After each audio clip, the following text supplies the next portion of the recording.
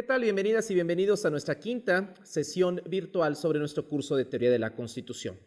Hemos revisado a lo largo de estas primeras 5 sesiones virtuales todo lo que tiene que ver con el texto de Carl Schmitt, Teoría de la Constitución. La anterior sesión lo que analizamos fueron las influencias nulas entre poderes ejecutivo, legislativo y judicial, aplicada las ideas de Schmitt al texto original de la Convención de Querétaro, de la Convención Constituyente de 1916-1917, a propósito del aniversario de la propia Constitución. En esta ocasión vamos a analizar los contrapesos, que es importante revisar los contrapesos, es decir, ya no las influencias nulas, sino las influencias recíprocas que existen entre poderes, con la particular variante, con la particular configuración que existe en la Constitución de 1917 en el diseño original.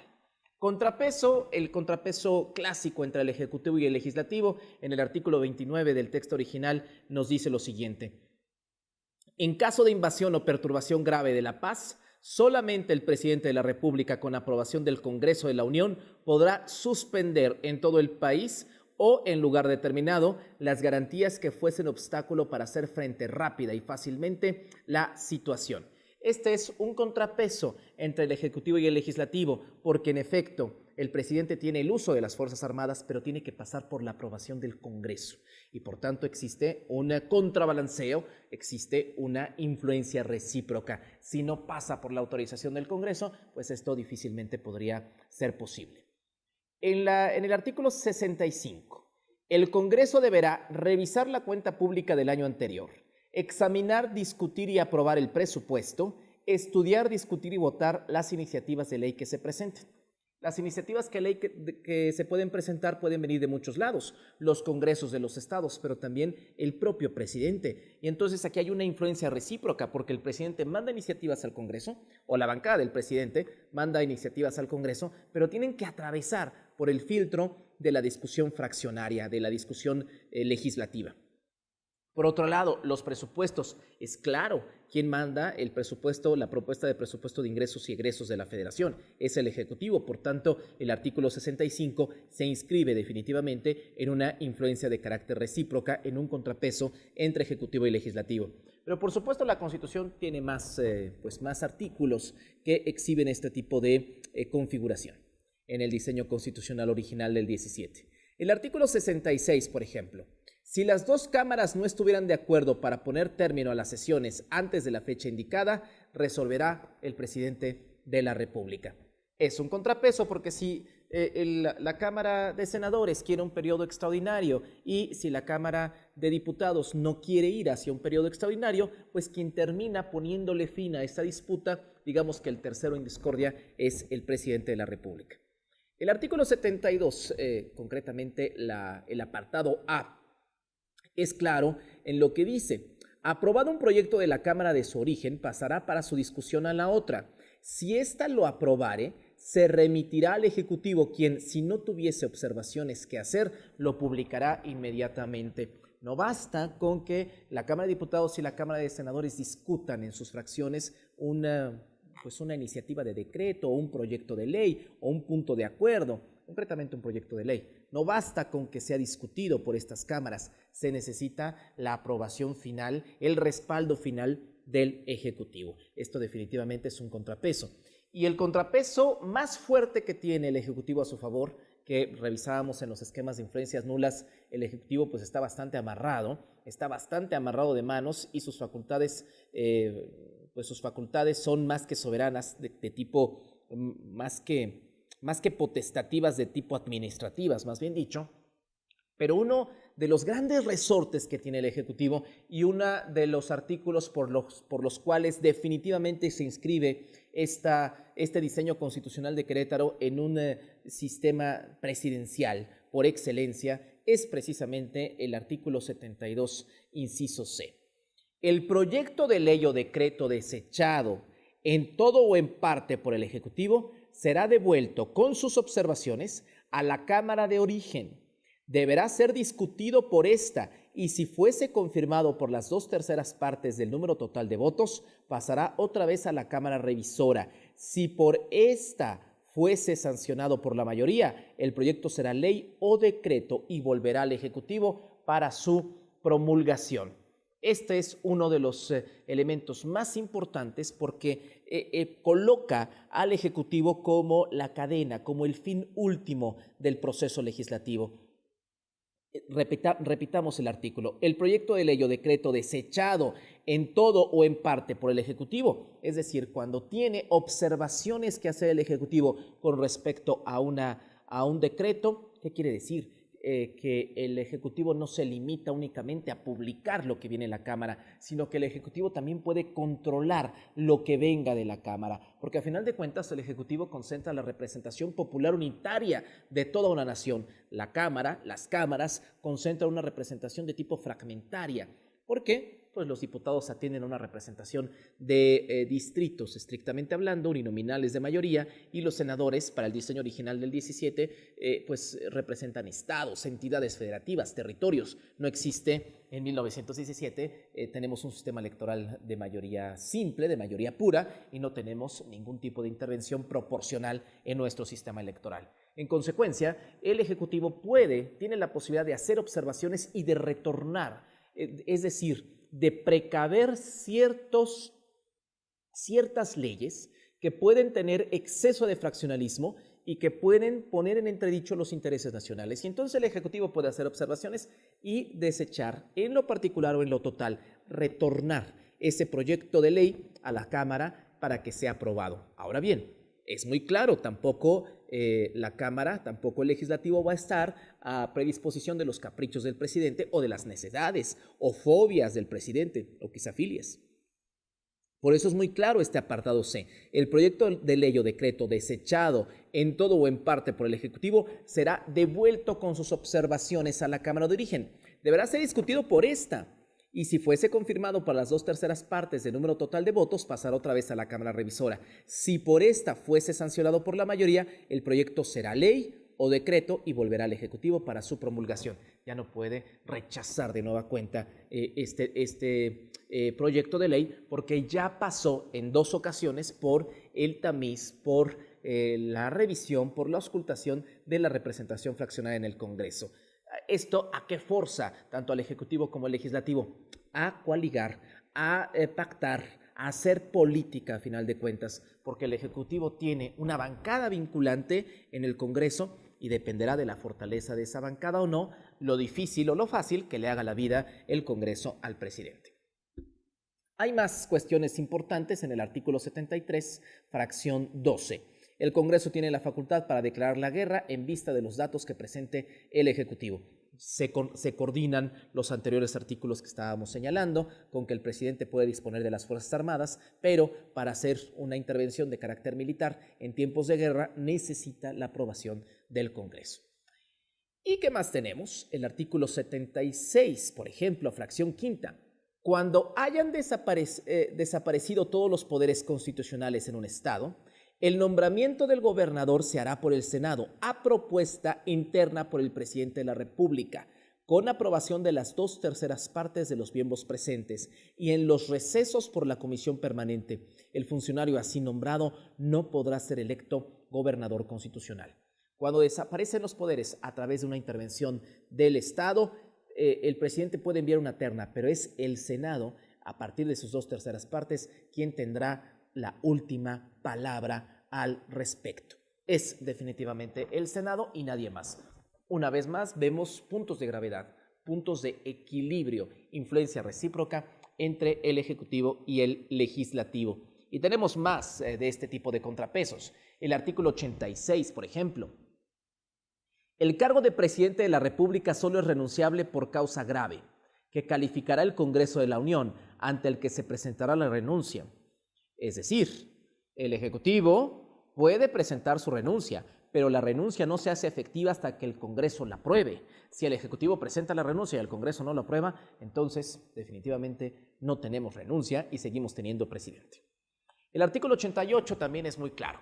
El presidente de la República no podrá ausentarse del territorio nacional sin permiso del Congreso de la Unión. Para que el presidente, incluso en una gira de trabajo, salga del país, necesita de la aprobación del Congreso.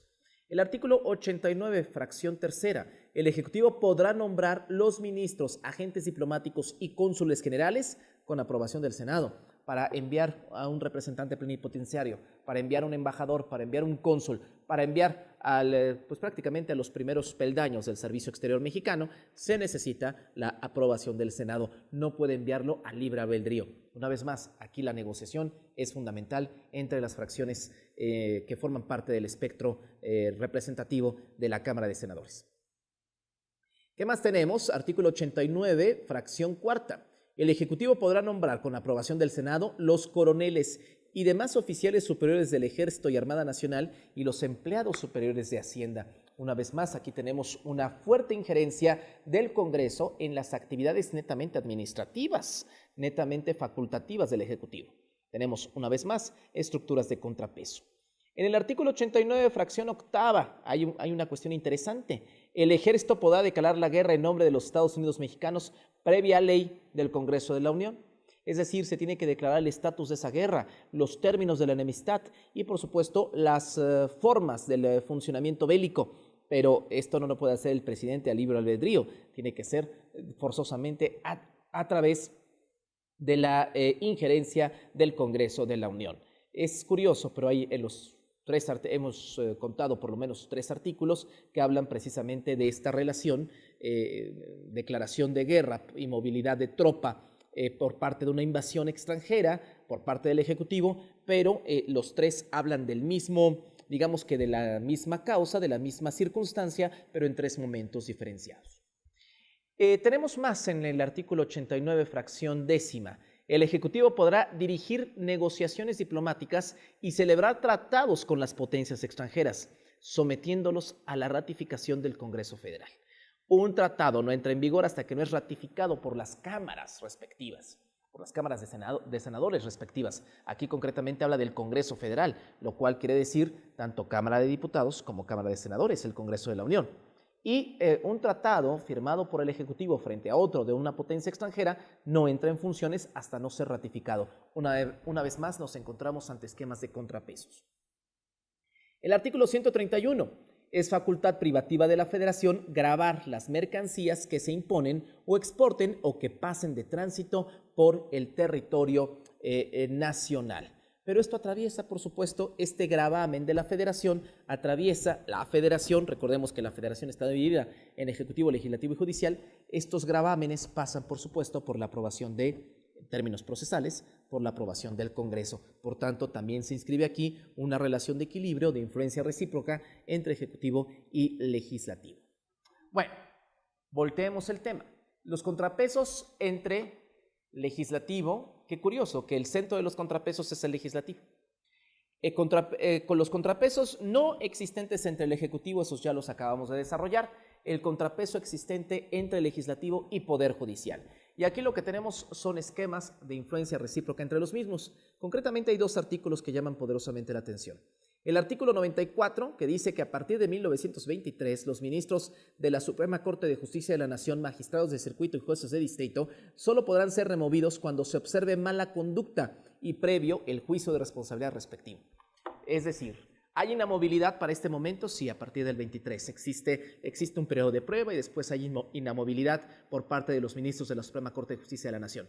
Pero esta inamovilidad realmente no es total, no es absoluta, porque si incurren en mala conducta, será definitivamente el Legislativo el que tendrá la última palabra sobre la permanencia de un caso probable, potencial, de un ministro pues que se pase de la raya con respecto a sus atribuciones, con respecto a las funciones del constituyente permanente.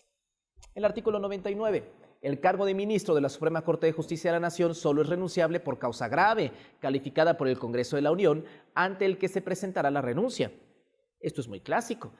Así como el presidente únicamente le puede renunciar al Congreso, pero no renunciará hasta que el Congreso dictamine, exactamente lo mismo para los miembros de la Suprema Corte de Justicia. Los miembros de la Suprema Corte de Justicia solamente pueden renunciar ante la Cámara, pero la renuncia no se hace efectiva, la renuncia no causa estado hasta que el Congreso decide en torno a esta misma renuncia. A ver, hay otro contrapeso que nos interesa. Hablábamos de que los contrapesos en el caso de la República Democrática Mexicana no solamente son horizontales, sino también son verticales, porque esta república, además de ser representativa y democrática, es también federal. Y los contrapesos, los equilibrios no solamente son entre poderes de la federación, sino también entre la federación y los estados. Contrapeso entre legislativo y entidades federativas. También existe estados de la federación. También existen influencias recíprocas. ¿En dónde? Por lo menos hay 3 artículos que nos llaman poderosamente la atención. El artículo 76, fracción octava. Es facultad exclusiva del Senado resolver las cuestiones políticas que surjan entre los poderes de un Estado cuando alguno de ellos ocurra con ese fin al Senado. Si hay conflictos entre 2 estados y uno de los estados acude a la Cámara de Senadores, la Cámara de Senadores es el árbitro que media. Es el árbitro que media las discordias ¿entre quién? Entre entidades federativas. Los conflictos limítrofes, por ejemplo, entre entidades federativas, se resuelven ante el Senado de la República, por ejemplo. Artículo 96. Los miembros de la Suprema Corte de Justicia serán electos por el Congreso de la Unión en funciones del colegio electoral. Los candidatos serán previamente propuestos, uno por cada legislatura de los estados, en la forma que disponga la ley local respectiva.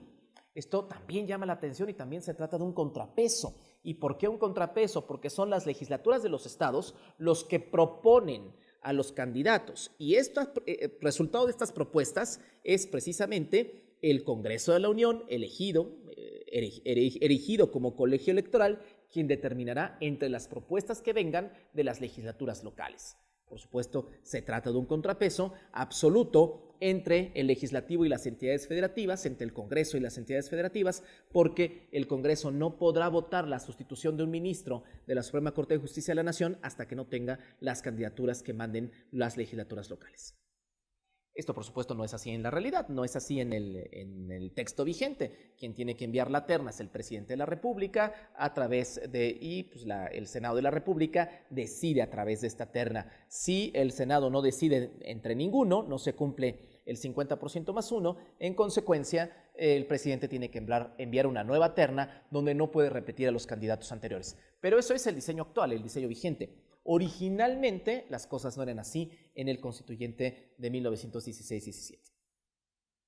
Artículo 116. Los estados pueden arreglar entre sí por convenios amistosos sus respectivos límites, pero no se llevará a efecto esos arreglos sin la aprobación del Congreso de la Unión.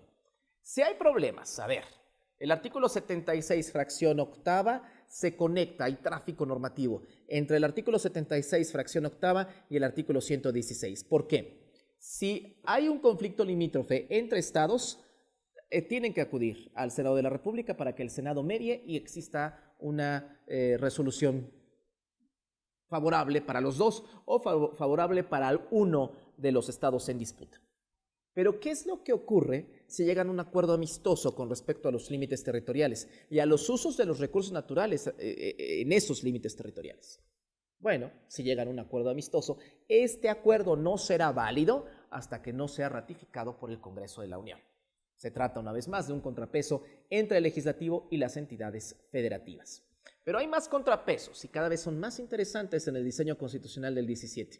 Por ejemplo, el contrapeso que existe entre los congresos de los estados y los municipios. Vamos bajando del Congreso de la Unión a las legislaturas de los estados y de las legislaturas de los estados hacia los municipios. Y en cada una de estas intersecciones hay nudos, hay tensiones.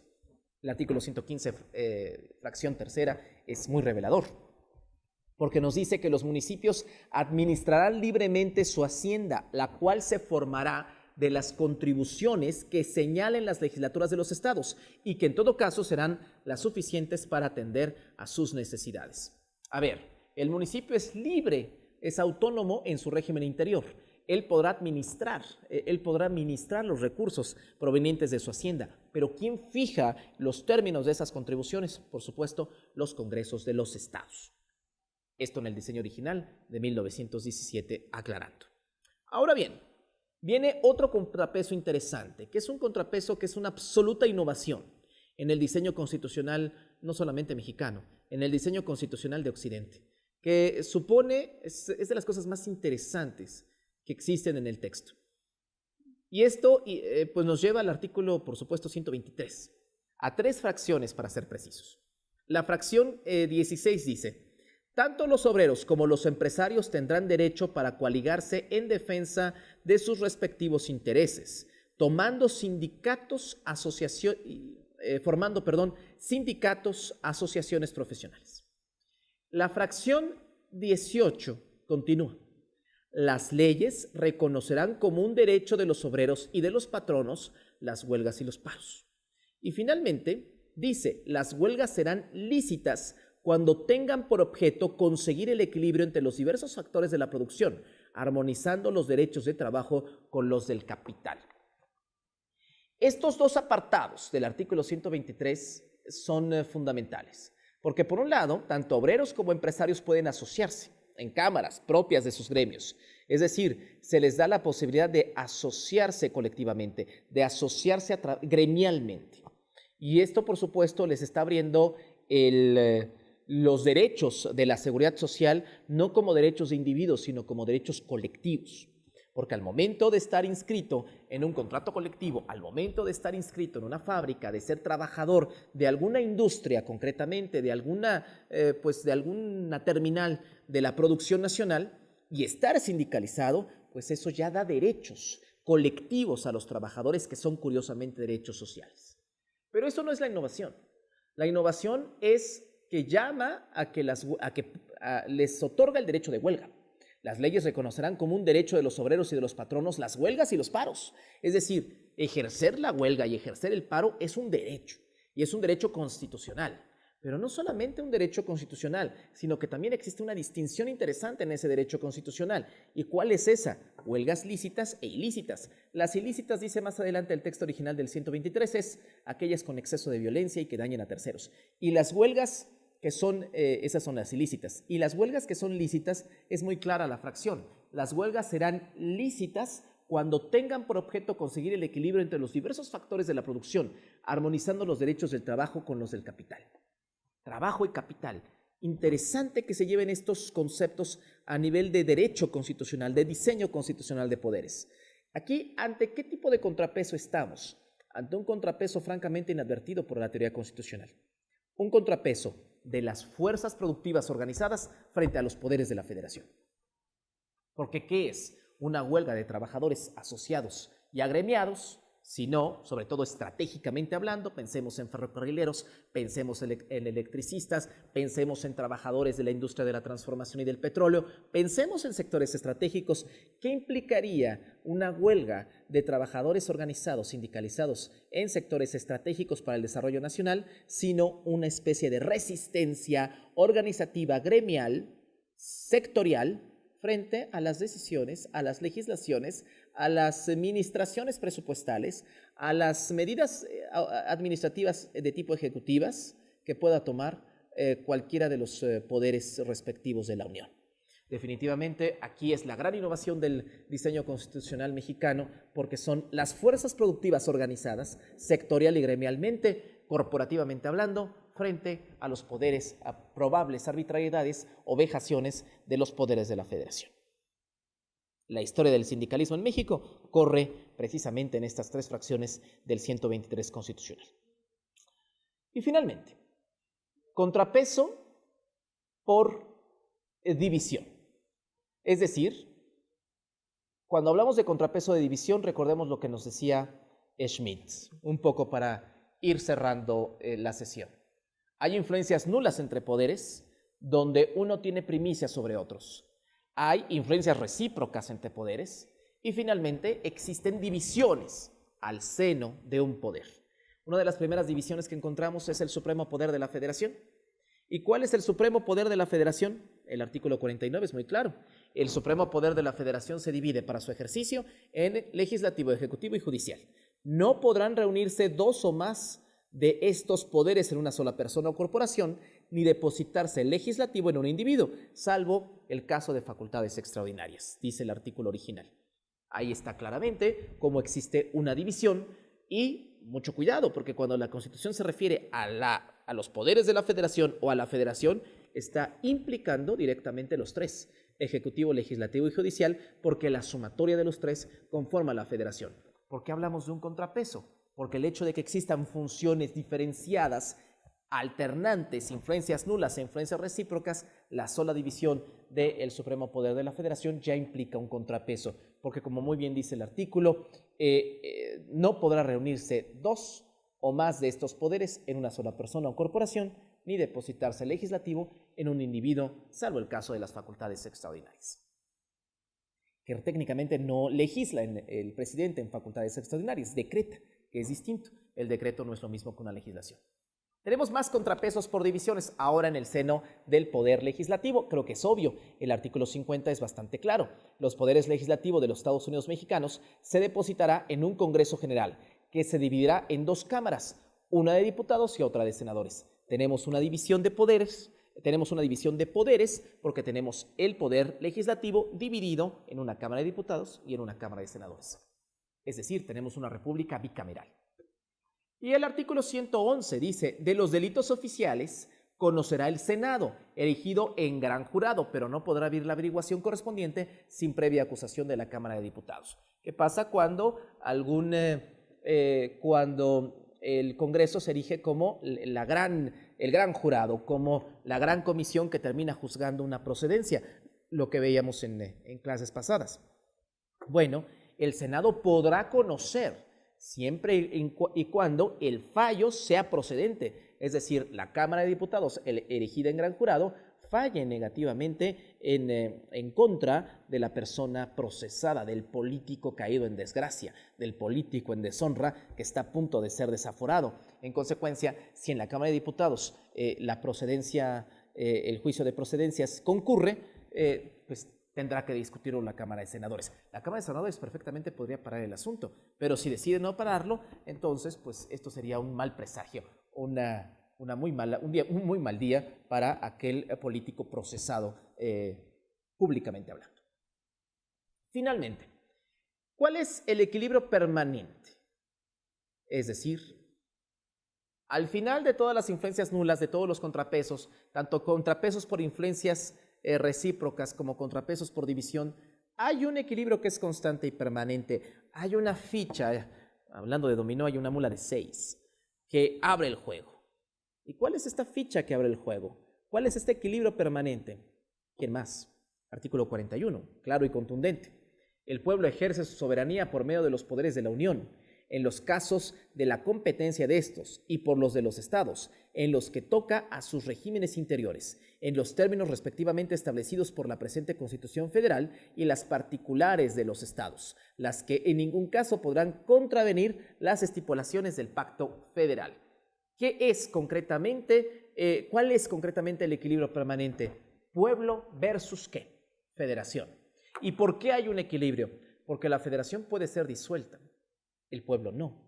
El pueblo no puede ser disuelto porque, como adelantaba Schmitt en notas anteriores, porque no está organizado. Y precisamente por eso porque no puede ser disuelto, porque no está organizado, y por ello es el equilibrio permanente el que abre con el sufragio la posibilidad de la configuración de estos tres poderes. De manera directa, en el caso de los diputados, de los senadores, en el caso del presidente de la República, de manera indirecta, en el caso de los ministros de la Suprema Corte de Justicia, a través del voto de las legislaturas de los estados y del voto del Congreso de la Unión. Bueno, pues hasta aquí, en estas dos últimas sesiones, el diseño constitucional de la Convención Constituyente de Querétaro de 1916-17, una aproximación al ejemplo de Querétaro, basándonos en las ideas de Carl Schmitt, y hasta aquí también el texto de Carl Schmitt de Teoría de la Constitución. Hasta la próxima.